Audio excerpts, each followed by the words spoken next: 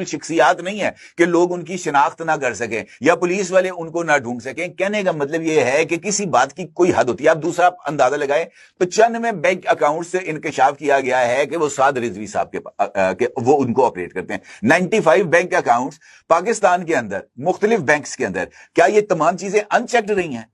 اگر ایک اکاؤنٹ سے آپ نے اگر دوسرے کے بعد تیسرا اکاؤنٹ کھلوانے جائیں تو بینک والا جو اکاؤنٹ اوپن کر رہا ہوتا ہے وہ پوچھتا سر کتنے, یہ جو 2 اکاؤنٹس آپ کے پہلے آپریٹ کر رہے ہیں, یہ تیسرا اکاؤنٹ آپ نے کس مقصد کے لیے کھلوانا ہے؟ اس کے لیے آپ ہمیں وہ ڈاکومنٹس دیں کو پتا چلے کہ کون سی کمپنی ہے, پرسنل ہے تو کیوں ہے, کئی اکاؤنٹس منی لانڈرنگ کے لیے تو استعمال نہیں. درجنوں سوال بینک والے پوچھتے ہیں.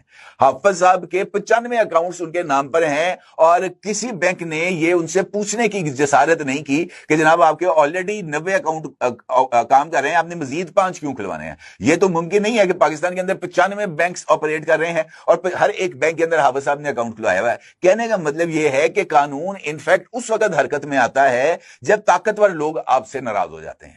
قانون اس وقت اس طرح کی سٹوریز سامنے آتی ہیں جب طاقتور لوگ ناراض ہو جاتے ہیں. یہ 95 بینک اکاؤنٹس اور پھر اس بات کا خاص طور پر ذکر کرنا کہ جناب ان میں سے 15 اکاؤنٹس ایسے ہیں جو سود جن سے منافع آتا ہے, یعنی وہ سود ان کو ملتا ہے ان اکاؤنٹ سے. تو یہ والے انکشاف کا بنیادی مقصد کیا ہوتا ہے؟ بنیادی مقصد یہ ہوتا ہے کہ کردار کے اوپر سوال اٹھایا جائے کہ یہ سودی معیشت کے خلاف بات کرتے ہیں, خود سود لیتے ہیں, اور اسی کے بیس کے اوپر نیریٹو کو بلڈ کیا جاتا ہے. حقیقت یہ ہے کہ محض اس وقت میڈیا ٹرائل کا آغاز ہو چکا ہے ٹی ایل پی اور ٹی ایل پی کی لیڈرشپ کے بارے میں, اور اس کے ذریعے ہی یہ اس طرح کی چیزیں سامنے آتی ہیں.